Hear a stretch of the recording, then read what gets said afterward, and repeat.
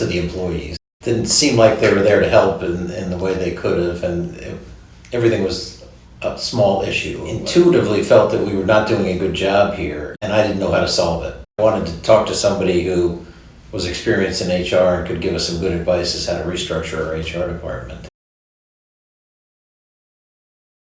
Interviews with me and my brother John, who's also a director, and then to sort of figure out what we wanted to accomplish. And then they came in and talked to a lot of people, all the people in the HR department and other people around the company to get the assessment of how they reacted to the HR department.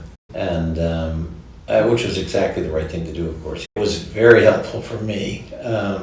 Just hearing the questions he was asking was very helpful, because it made me think about, he knows what he's doing, I don't know what I'm doing. The questions, he's asking these questions for a reason, I better take note of that. So that, just the questioning part was interesting. Well, it's been dramatic. The person we brought in, first of all, had worked for bigger organizations, knew HR systems that we needed to implement, used ADP for payroll, but ADP has huge infrastructure in terms of software that can be used for HR departments. Took advantage of that. We had actually signed up for it, but our HR person didn't know how to use it. So we were paying like $6,000 a month and not getting any, because our HR person didn't know how to use it. The old HR director wanted to be everybody's best friend. The new one isn't unfriendly, but she's not looking to be your best friend. She's not at all uncomfortable telling you this isn't working right, you're gonna have to get this better. I see her as a person who's having a positive impact on our business. We needed somebody to run the place until we had our new HR leader, and that took a few months. And then we were in the middle of a couple of government investigations from the Department of Labor and EEOC, and the temporary consultant we got in was super sophisticated. I mean, she was unbelievable.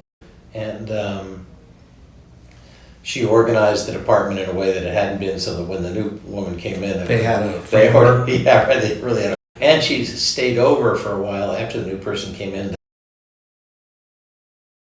The changes she's instituting are part of a cultural change in the company, and it's the change had been, we can kind of do whatever we want and nobody's going to hold us to account. Now they're being held to account.